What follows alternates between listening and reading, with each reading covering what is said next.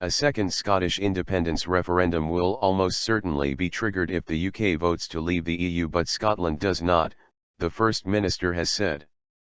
Nicola Sturgeon told the BBC's Andrew Marr she thought the people of Scotland would demand it if they were taken out of the EU against their will.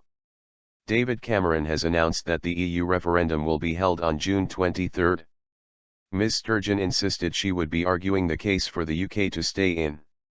Campaigning ahead of the EU referendum is already underway in Scotland, with both sides trying to sway voters ahead of the summer ballot. The SNP, Labour, Conservatives, Liberal Democrats, and Greens have all said they are supporting remaining part of the EU. UKIP has said it will campaign in Scotland for the UK to leave, with the party's Scottish leader, David Coburn, saying the country would be better off out of Europe.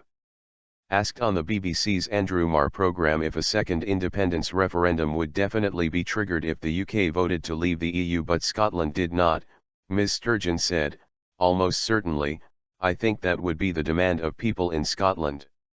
I hope this scenario doesn't arise.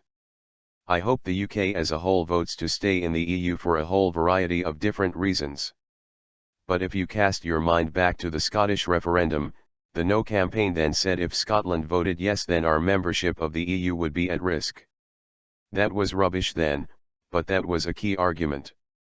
She went on, "If, a couple of years later, we find ourselves, having voted to stay in the EU, being taken out against our will, I think there will be many people, including people who voted no in 2014, who would say the only way to guarantee our EU membership is to be independent.